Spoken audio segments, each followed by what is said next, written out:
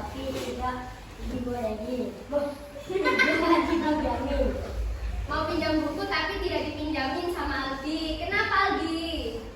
Farhan mau pinjam buku saya, Bu. Tapi saya masih belum selesai mengerjakan tugas. Itu Jadi tiba-tiba ditawarin, Bu. Itu Aldi belum selesai mengerjakan tugas. Berarti Farhan harus menunggu Aldi sampai selesai mengerjakan tugas. Gak boleh tiba-tiba dicoret.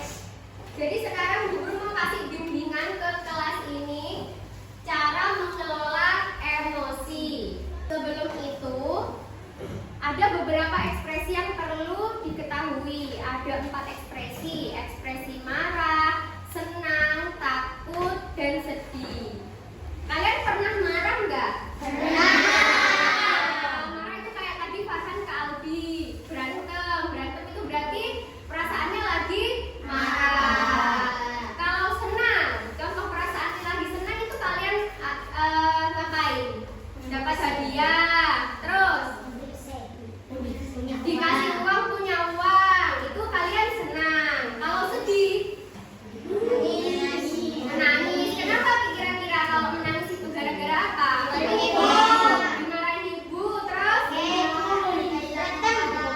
apa? Bertengkar, itu juga menangis. Kalau ekspresi dibully, kalau ekspresi takut, biasanya kalian kenapa?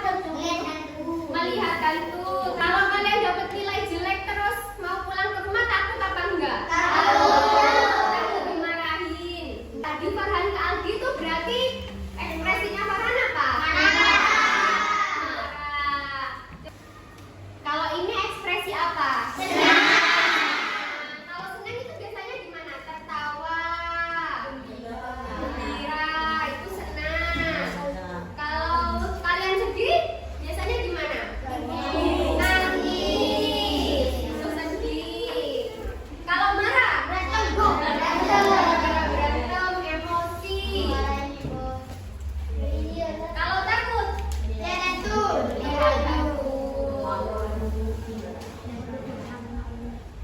Guru mau menjelaskan emosi itu apa sih? Coba dibaca bareng-bareng. Emosi adalah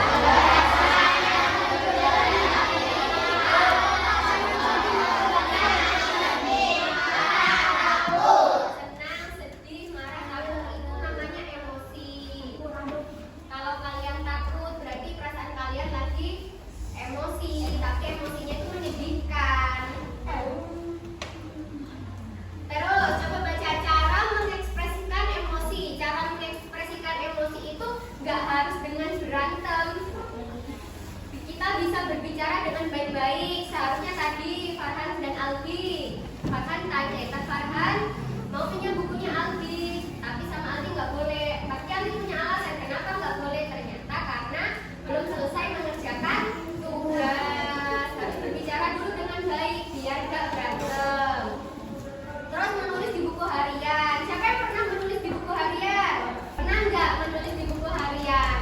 Hari ini tanggal segini saya lagi sedih karena saya dimarahin sama ibu. Ada nggak yang pernah itu?